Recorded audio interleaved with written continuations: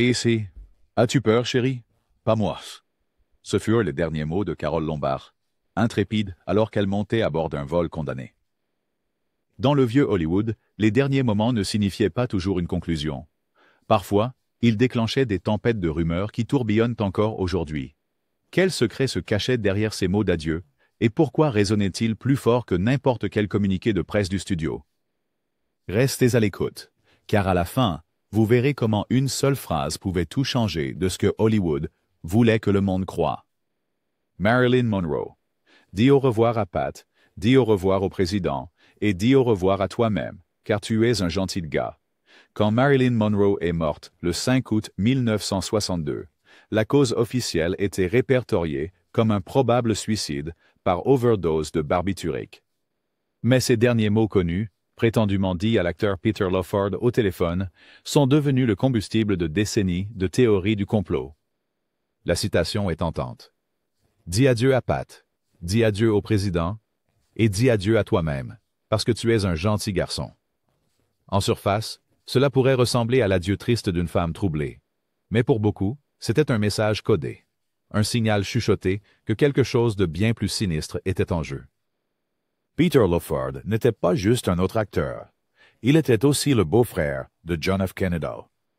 Selon son témoignage, Monroe semblait étrange, distante et peut-être droguée. Elle a terminé l'appel avec ces mots énigmatiques. Quelques heures plus tard, son corps a été retrouvé chez elle, à Brentwood, nu, avec le téléphone encore à la main. Mais des questions ont immédiatement commencé à surgir. Pourquoi la femme de chambre a-t-elle lavé les draps avant l'arrivée de la police? Pourquoi a-t-il fallu des heures pour informer les autorités? Et surtout, quelle était la véritable nature de la relation de Marilyn avec la famille Kennedy? Le président dont elle parlait serait largement considéré comme John F. Kennedy lui-même.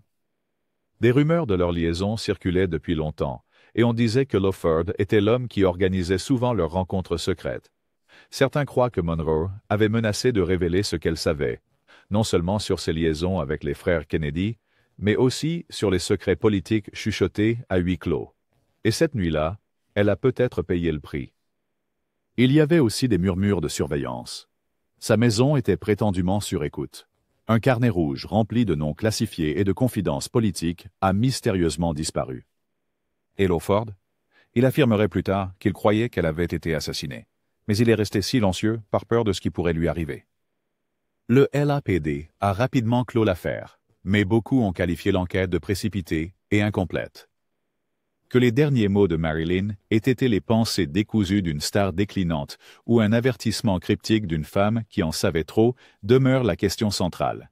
La phrase sur le président est encore citée avec malaise. Trop spécifique, trop intime et trop politiquement chargée pour être rassurant. Dans la mort, Monroe est devenue plus qu'une icône tragique.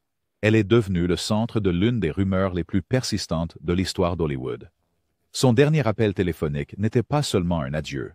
C'était l'étincelle qui a allumé un incendie de conspiration qui brûle encore aujourd'hui. Clark Gable. J'ai fait tout ce que je pouvais. Clark Gable était le roi de Hollywood. La star dure et charmante d'Autant en emporte le vent, et d'une douzaine d'autres classiques avaient traversé les tragédies personnelles, des batailles avec les studios, et même le combat pendant la Deuxième Guerre mondiale. Mais en 1960, l'âge et l'épuisement le rattrapaient. Il tournait Les Désaxés, un western sombre et psychologique écrit par Arthur Miller, avec pour co-vedette une fragile Marilyn Monroe. Ce serait le dernier film de Gable, et cela hanterait son héritage. Selon les rapports, les derniers mots de Gable, adressés à sa femme, Kay Williams, furent « J'ai fait tout ce que je pouvais ». Une phrase simple, mais qui a enflammé la machine à rumeurs. Que voulait-il dire? Parlait-il de sa carrière, de sa santé, ou de quelque chose de bien plus secret? Gable avait toujours été un acteur soucieux de son image, farouchement protecteur de sa réputation en tant que meneur viril d'Hollywood. Mais en coulisses de The Misfits, il en avait apparemment assez. La production avait été embourbée par des retards, une chaleur désertique extrême, et le comportement erratique de Monroe, aggravé par ses problèmes de substance et son mariage en train de s'effondrer avec Miller. Certains biographes affirmaient que Gable s'était trop poussé sur le plateau, insistant pour réaliser lui-même ses cascades avec des chevaux et des jeeps. Quelques jours après la fin du tournage, il a subi une crise cardiaque massive. Il a langué à l'hôpital pendant 10 jours avant de mourir le 16 novembre 1960. Ces derniers mots ont suscité une théorie selon laquelle Gable savait que le film, et peut-être Monroe elle-même, l'avait poussé trop loin. Certains croyaient qu'il blâmait subtilement The Misfits pour sa disparition. Les tabloïds ont spéculé que les problèmes de Monroe avaient créé tant de stress que le corps de Gable a lâché. Cela n'a pas aidé qu'elle ait été hospitalisée peu après sa mort, combattant ses propres démons. Elle ne s'est jamais pardonné ce qui s'est passé. Pour d'autres, les mots de Gable reflétaient un regret plus profond, une réflexion finale d'un homme qui a passé sa vie à maintenir une image tout en souffrant en privé. Il avait perdu sa bien-aimée épouse, Carole Lombard, dans un accident d'avion des années plus tôt, et ne s'était jamais complètement remis émotionnellement. J'ai fait tout ce que je pouvais. Pourrait avoir été un adieu au personnage, au mythe de Clark Gable. Même aujourd'hui, The Misfits est considéré comme maudit. Gable et Monroe sont morts peu de temps après, et Montgomery Clift, également dans le casting, était visiblement en déclin. Les adieux de Gable ressemblent moins à une conclusion qu'à une énigme ouverte, qui invite à la spéculation chaque fois que le rideau tombe sur le dernier acte de l'ancien Hollywood. Carole Lombard. As-tu peur, chérie? Pas moi. Carole Lombard n'était pas étrangère aux turbulences. La reine de la comédie loufoque avait la réputation d'avoir un esprit acéré, une indépendance farouche et un courage qui rivalisait avec celui de n'importe quel rôle masculin de l'époque. Mais le 16 janvier 1942, son esprit audacieux a pris une tournure tragique. Cette nuit-là, Lombard, fraîchement revenue d'un rassemblement d'obligations de guerre dans l'Indiana, monta à bord du vol TWA-3 pour rentrer chez elle à Los Angeles. Elle était accompagnée de sa mère, Elizabeth, et de l'attaché de presse de MGM, Otto Winkler. À mesure que l'avion prenait de l'altitude, la tension montait également. Avant le décollage, Otto aurait exprimé son inquiétude de survoler le terrain montagneux du Nevada par mauvais temps. Lombard, toujours intrépide, se serait tourné vers lui en disant « Tu as peur, chérie? Pas moi. » Les mots étaient désinvoltes, audacieux et glaçants, car quelques heures plus tard, à peine, l'avion allait s'écraser sur le mont Potosi, tuant tout le monde à bord. Cette citation, attribuée à un témoin à l'aéroport et plus tard confirmée par la famille survivante de Winkler, a suscité une sombre fascination. Les fans et les historiens se sont demandé si Lombard avait eu une prémonition. Était-ce de la bravoure, masquant une véritable peur, ou pire, savait-elle que quelque chose n'allait pas? Les rumeurs ont commencé à circuler presque immédiatement. Une théorie suggérait que le crash n'était pas accidentel du tout, mais plutôt un acte de sabotage en temps de guerre. À l'époque, on soupçonnait les sympathisants nazis de cibler le moral américain, et Lombard, symbole patriotique et épouse de Clark Gable, venait de récolter plus de 2 millions de dollars en bons de guerre. Le FBI a enquêté, mais n'a trouvé aucune preuve de méfait. D'autres croyaient que l'équipage de vol avait ignoré les avertissements et que le crash était dû à une erreur humaine, pas au destin. Le rapport officiel mentionnait une erreur de navigation qui avait dévié l'avion de sa trajectoire. Pourtant, les derniers mots défiants de Lombard ont maintenu le mythe vivant. Il dressait le portrait d'une femme inébranlable face à la mort, ce qui ne fit qu'ajouter à son héritage. Clark Gable était dévasté. Il l'avait exhorté à prendre le train. Après sa mort, il se serait porté volontaire pour la Seconde Guerre mondiale par pure tristesse, effectuant des missions dangereuses avec l'armée de l'air. Son dernier moment est devenu un fantôme, qui l'a hanté pendant des années. Les derniers mots de Lombard étaient brefs, audacieux et cinématographiques, le genre de réplique qui aurait été parfaite dans un de ses films. Mais prononcés à l'aube d'une catastrophe, ils sont devenus tout autre chose, un écho légendaire qui refuse de s'effacer. George Reeves. Je suis fatigué, je retourne au lit. George Reeves sera à jamais reconnu comme l'homme qui a enfilé la cape et les collants pour devenir Superman dans la série télévisée des années 1950, Les Aventures de Superman. Pour le public, il était une figure plus grande que nature, invincible, inébranlable et au cœur pur. Mais hors écran, Reeves était tout sauf invincible. Au 16e juin 1959, sa véritable vie était devenue un labyrinthe tragique de stagnation professionnelle, d'histoires d'amour et de murmures de scandales de studio. Et ses derniers mots, prononcés peu de temps avant qu'il ne soit trouvé mort, n'ont fait qu'approfondir le mystère. Je suis fatigué. Je retourne au lit. C'est ce que Reeves a dit aux invités chez lui à Benedict Canyon lors d'une réunion tard dans la nuit. Il est ensuite monté à l'étage. Quelques minutes plus tard, un coup de feu a retenti. Reeves a été trouvé avec une seule blessure par balle à la tête. Le revolver était à ses pieds et la conclusion officielle était un suicide. Mais presque immédiatement, les rumeurs ont commencé. Les personnes en bas à ce moment-là n'ont pas signalé le coup de feu immédiatement. Ils ont attendu près d'1 heure avant d'appeler la police. Certains ont même affirmé avoir entendu plus d'un coup de feu. Et la fiancée de Reeves, Leonore Lemon, aurait fait des remarques troublantes, y compris « il va se tirer une balle », même avant le bruit du coup de feu. Ces commentaires inquiétants, ainsi que les dernières paroles connues de Reeves, ont alimenté la spéculation selon laquelle un acte criminel pourrait avoir été impliqué. Une grande partie des soupçons s'est portée sur la relation passée de Reeves avec Toni Mannix, l'épouse du dirigeant de MGM, Eddie Mannix. Reeves avait rompu la liaison de longue date avec Toni et s'était rapidement fiancé à Lemon. Certains croient qu'Eddie Mannix, connu pour résoudre les problèmes délicats des studios avec une efficacité impitoyable, pourrait avoir joué un rôle dans la mort de Reeves. Après tout, un scandale Superman ne serait pas bon pour MGM. D'autres parlent de la dépression de Reeves et de ses frustrations d'être stéréotypé. Il aurait eu du mal à trouver des rôles en dehors de Superman et en voulait d'être considéré comme une star pour enfants unidimensionnels. Mais les avis des amis étaient partagés. Certains disaient qu'il était abattu. D'autres insistaient sur le fait qu'il était en train de remonter la pente, planifiant un mariage, regardant des scripts et même se préparant pour une nouvelle saison de Superman. Pourtant, cette dernière phrase, « Je suis fatigué. Je retourne au lit », sembla étrangement définitif pour beaucoup. Était-ce un commentaire désinvolte avant une décision prise sur un coup de tête ou quelque chose de plus sinistre? La mort de Reeves reste l'un des cas les plus débattus du vieux Hollywood. Et ces 6 mots simples sont devenus le rideau final sur une vie prise entre fantasme et une réalité brutale et non résolue. John Harlow. Ma tête, elle me fait tellement mal. John Harlow était la première blonde incendiaire d'Hollywood. Ses boucles platines, son regard sensuel et sa présence provocante à l'écran ont illuminé les années 1930 avec des films comme Les Anges de l'Enfer, La Belle de Saïgon et Dîner à 8 heures. Mais derrière le strass et les paillettes se cachait une femme dont la vie était remplie de maladies, de chagrin et de pression, interrompue par une mort aussi soudaine que suspecte. Ces derniers mots, murmurés à sa mère alors qu'elle était mourante, auraient été « Ma tête, ça fait si mal ». Il semblait innocent au début, juste la plainte de quelqu'un souffrant. Mais dans les années qui suivirent, ces mots déclenchèrent une vague de rumeurs et de mystères.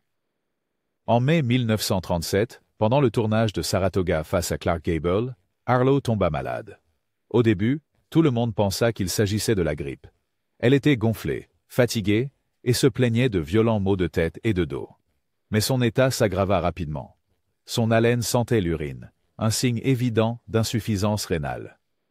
Et pourtant, MGM l'a gardée sur le plateau aussi longtemps que possible, craignant des retards. Certains disent que le studio a même demandé aux co-stars de minimiser publiquement ses symptômes. Le 6 juin, Harlow était inconsciente, transportée d'urgence à l'hôpital dans d'atroces douleurs. Sa mère, une scientiste chrétienne dévouée, aurait d'abord refusé toute intervention médicale agressive. D'autres pensent que le désir de MGM d'éviter le scandale a encore compliqué le traitement. Harlow est tombé dans le coma et est décédé à seulement 26 ans. La cause officielle? Intoxication urémique due à une insuffisance rénale aiguë. Mais ces derniers mots, « ma tête, elle fait tellement mal », ont suscité des murmures d'autre chose. Certains pensaient que sa mort était liée à un régime de beauté qui avait mal tourné. Dans les années 1930, la décoloration des cheveux se faisait avec des produits chimiques toxiques comme l'ammoniac et le peroxyde. On spécule largement que son utilisation répétée de ces agents a entraîné des dommages rénaux à long terme. D'autres chuchotaient qu'elle avait été discrètement empoisonnée ou négligée parce que sa célébrité commençait à s'estomper et que ses exigences augmentaient. Ajoutant à l'atmosphère étrange de ces derniers jours, son coéquipier Clark Gable aurait dit qu'elle semblait désorientée, effrayée et souffrant de douleurs intenses. Les fans se sont demandé comment quelqu'un d'aussi visiblement malade avait pu continuer à travailler, tandis que la presse décrivait sa mort comme un coup du sort tragique plutôt qu'un échec systémique. Le doux cri de douleur de John Harlow était peut-être simplement cela, ou c'était peut-être le dernier écho d'une machine de studio qui poussait ces stars jusqu'à ce que leur corps cède. Sa mort a secoué Hollywood. Mais sans réponse. Et la simplicité douloureuse de ces derniers mots perce encore les années, avec la piqûre de quelque chose resté non dit. Thelma Todd. Je serai à la maison avant minuit. Thelma Todd, connue comme la blonde à la crème glacée, était l'une des actrices comiques les plus dynamiques du début des années 1930. Avec son esprit vif et son allure glamour, elle a joué aux côtés de légendes comme les Marx Brothers et Laurel et Hardy. Hors écran, elle était une femme d'affaires avisée, gérant son propre café Prosper sur la Pacific Coast Highway et conservant une image farouchement indépendante qui entrait en conflit avec les attentes des studios de l'époque. Mais lorsqu'elle a été retrouvée morte dans sa voiture le 16 décembre 1935, Hollywood a été bouleversé. Et ses derniers mots connus, « Je serai à la maison avant minuit », sont devenus le titre obsédant d'une affaire pleine de soupçons. La citation aurait été prononcée à ses amis alors qu'elle quittait une fête organisée par le réalisateur Roland West, avec qui elle avait une relation romantique et professionnelle compliquée. Ce soir-là, elle semblait de bonne humeur. Des témoins ont dit qu'elle buvait, riait, et était impatiente de rentrer chez elle, mais elle n'y est jamais arrivée. 2 jours plus tard, elle a été découverte affaissée sur le volant de son Lincoln décapotable, garé dans le garage de l'ex-femme de West, à quelques rues de son café. La cause officielle du décès: intoxication au monoxyde de carbone, mais presque personne ne croyait que c'était aussi simple. D'abord, il y avait les blessures. Son nez était cassé, ses lèvres ensanglantées, et il y avait des ecchymoses sur son corps. Des détails qui ne concordaient pas vraiment avec une mort accidentelle et tranquille. Ensuite, il y avait la porte du garage, apparemment verrouillée de l'extérieur, et des rumeurs selon lesquelles West, une figure dominante dans la vie de Todd, l'avait empêché de quitter la propriété après une dispute. Le coroner a conclu à une mort accidentelle avec tendance suicidaire, un compromis flou qui ne plaisait à personne et n'en satisfaisait encore moins. La presse s'en est donnée à cœur joie. Les rumeurs d'une implication de la mafia se sont propagées rapidement. Todd aurait reçu des menaces du gangster Lucky Luciano, qui avait essayé d'utiliser son café comme façade pour des jeux de hasard illégaux.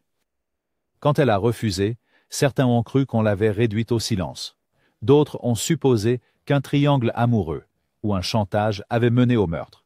Et tout cela revenait à sa dernière remarque désinvolte. « Je serai à la maison avant minuit ». Cette phrase, si banale et innocente, semble maintenant être une erreur tragique ou une prémonition inquiétante. Que ce soit une promesse qu'elle ne pouvait pas tenir ou une phrase cachant des peurs plus profondes, elle est restée. La mort de Thelma Todd reste officiellement non résolue, et cette seule phrase persiste comme un rappel amer d'une starlette qui a disparu dans le brouillard du scandale. Son rire remplacé par le silence, ses derniers mots rejoués à jamais comme une bobine cassée dans les archives des mystères de l'ancien Hollywood. Luke Velez. Je n'ai pas peur de la mort. Je ne veux simplement pas être oublié. Luke Velez n'était pas seulement une star. Elle était une force. Surnommée la Mexican Spitfire, elle a explosé sur l'écran muet dans les années 1920 et s'est rapidement forgé une réputation pour son sens du timing comique audacieux, son charme magnétique et sa personnalité fougueuse hors écran. Elle était bruyante, sans remords, et dans une époque dominée par des images de studio soigneusement polies, indomptables. Mais derrière le glamour et les gros titres sensationnels se cachait une femme profondément effrayée par l'obscurité. Et quand elle aurait dit à un ami proche « Je n'ai pas peur de la mort. Je ne veux juste pas être oubliée », cela ne marquait pas seulement la fin d'une vie. Cela a donné naissance à une des légendes urbaines les plus tordues d'Hollywood.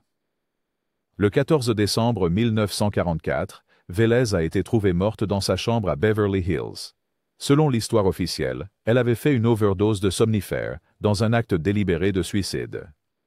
Elle avait 36 ans et, selon sa note, était bouleversée à cause d'une romance ratée et d'une grossesse inattendue. Sa dernière nuit, d'après les rapports de police, fut remplie de préparatifs méticuleux.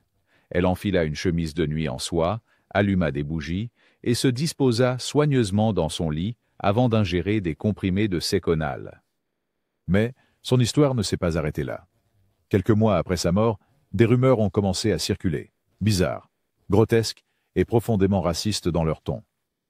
La plus infâme prétendait que la surdose n'avait pas fonctionné. et qu'elle s'était précipitée à la salle de bain pour vomir, mais qu'elle avait glissé et s'était noyée dans ses toilettes. Ce récit n'a jamais été soutenu par, selon le rapport du coroner ou tout document officiel, et pourtant cela persistait. Certaines versions prétendent même qu'elle a été trouvée la tête dans la cuvette, que sa domestique l'a découverte comme ça, ou que le studio a dissimulé la vérité embarrassante. Pourquoi ce mythe a-t-il pris racine si fermement? Certains disent que c'était l'incapacité du public à accepter son suicide soigneusement mis en scène comme authentique. D'autres croient qu'il trouvait ses racines dans le malaise d'Hollywood face à une actrice latina qui avait tracé sa propre voie, dominé les gros titres et refusé de se conformer. La salir dans la mort avec une histoire humiliante a donné à l'industrie un dernier mot de contrôle sur une femme qu'elle n'a jamais pu vraiment dompter de son vivant. Mais ses véritables dernières paroles, « Je n'ai pas peur de la mort. Je ne veux juste pas être oublié », étaient non seulement tragiques, mais douloureusement prophétiques. Elle n'a pas été oubliée, non pas à cause du mensonge, mais grâce à son héritage. Ses films, sa présence novatrice en tant qu'actrice mexicaine dans une industrie dominée par les Blancs et les circonstances entourant sa mort suscitent encore des débats, des enquêtes et des analyses. À la fin, la peur de Vélez ne s'est pas réalisée, mais le prix qu'elle a payé pour l'immortalité a été élevé. Son ultime supplication est devenue un écho étrange, mêlé au scandale, mais captant toujours l'attention, tout comme elle le faisait de son vivant. William Desmond Taylor. Je te verrai plus tard. William Desmond Taylor était un réalisateur et acteur de films muets dont la carrière semblait promise à la grandeur, jusqu'à ce qu'elle soit terminée par une balle. Ses derniers mots connus, prétendument adressés à l'actrice Mabel Normand, alors qu'elle quittait sa maison de Los Angeles dans la nuit du 1er février 1922, étaient simples et chaleureux. « Je te verrai plus tard. » Mais plus tard n'est jamais venu. Le lendemain matin, Taylor a été retrouvé mort dans son salon avec une seule blessure par balle dans le dos. Ce qui a suivi n'était pas seulement une enquête pour meurtre. C'était un scandale si explosif qu'il a contribué à plonger Hollywood dans sa première grande crise morale. Les derniers mots de Taylor sont devenus un refrain inquiétant, résonnant dans les salles de rédaction, les briefings de police et les conseils d'administration des studios. À première vue, il suggérait un homme s'attendant à une nuit paisible, mais en dessous, il laissait entrevoir quelque chose de bien plus sombre. Savait-il que quelqu'un revenait? Attendait-il un autre invité? Ou ses propres mots étaient-ils une prophétie accidentelle? Le meurtre de Taylor n'a jamais été résolu. Cela à lui seul aurait pu suffire à susciter des murmures, mais le chaos qui a suivi a attisé les flammes. La scène du crime aurait été altérée avant l'arrivée de la police. Les studios auraient envoyé des agents pour récupérer des lettres compromettantes, dont certaines auraient impliqué des stars comme Mary Miles Minter, une jeune actrice obsédée par Taylor, et sa mère autoritaire, Charlotte Shelby. Shelby a été plus tard accusée de posséder une arme rare, correspondant à l'arme du crime. Ensuite, il y avait Mabel Normand, la dernière personne connue à avoir vu Taylor vivant. Actrice comique réputée pour faire la fête, Normand luttait contre l'addiction, et Taylor essayait apparemment de l'aider à se désintoxiquer. Quelqu'un ne voulait-il pas qu'il interfère? Était-ce de la jalousie professionnelle, une vendetta personnelle, ou quelque chose d'encore plus sombre? Les journaux ont dévoré chaque développement. Des rumeurs de chantage, d'aventures secrètes et de l'effondrement moral d'Hollywood remplissèrent les gros titres. Le meurtre est survenu dans la foulée du scandale de Fatty Arbuckle et de la mort mystérieuse d'Olive Thomas. En réponse, Hollywood a créé la Motion Picture Producers and Distributors of America, MPPDA, pour redorer son image, une réaction qui mènerait au Code Hayes. Et à travers tout cela, les derniers mots de Taylor enterrent l'imagination du public. Je te verrai plus tard. Ils étaient ordinaires, anodins, mais liés à un meurtre entouré de dissimulation et de questions sans réponse. Ils prirent le poids d'un avertissement, une phrase figée dans le temps, jamais accomplie. James Dean, ce gars-là doit s'arrêter. Il va nous voir. Le 30 septembre 1955. James Dean, jeune, magnétique, et déjà au bord de la renommée immortelle, est monté dans son Porsche 550 Spyder argenté et a conduit vers la mort. Il avait 24 ans, avec seulement 3 grands films à son actif. Mais son mélange de rébellion, de vulnérabilité et d'intensité brute l'avait déjà rendu iconique. Ce qui a scellé sa légende, cependant, n'était pas seulement son talent. C'était sa fin. Les derniers mots de Dean, « Je vais » parler à son mécanicien, Rolf Wüterich. Juste avant l'accident fatal était « Ce type doit s'arrêter. Il va nous voir. » Ces mots ont été prononcés quelques secondes avant qu'une Ford Tudor ne se mette sur leur trajectoire à une intersection près de Cholam, Californie. La Porsche a percuté le véhicule presque de face. Dean est mort instantanément. Wüterich a survécu, mais a été grièvement blessé. Les mots eux-mêmes, frénétiques, pleins d'espoir, semblaient banals. Mais à la suite de la tragédie, elles ont pris une qualité spectrale. Pourquoi? Parce que la voiture de Dean était déjà entourée de mystères. Quelques jours plus tôt, Dean avait surnommé sa Spider « le petit salaud », un terme qui allait définir son héritage. Des amis, dont l'acteur Alec Guinness, l'auraient mis en garde contre la voiture. Guinness a prétendu avoir eu une prémonition glaçante, disant à Dean « Si tu montes dans cette voiture, tu seras mort dans une semaine. » L'accident a eu lieu 7 jours plus tard. Puis est venue la soi-disant malédiction. Après l'accident, des parties de la voiture de Dean ont été récupérées et réutilisées. Un homme qui a acheté le moteur est mort lors d'une course. Un autre qui a acheté la transmission a été paralysé. La voiture elle-même aurait disparu pendant le transport des années plus tard, pour ne jamais être retrouvée. Tout cela n'a fait qu'ajouter au mythe de Dean, de la célébrité, du destin. Les derniers mots de Dean, capturés si nonchalamment, sont devenus partie de la légende. Ils représentaient un moment d'impuissance, un dernier appel pour éviter le désastre, noyé par l'inévitabilité. Il ne roulait pas de manière imprudente, comme certains rapports l'ont faussement affirmé. Des témoins ont ensuite confirmé qu'il était probablement dans les limites de vitesse. Ce n'était pas l'imprudence qui a tué James Dean. C'était le timing, une erreur de jugement, et peut-être le poids du destin.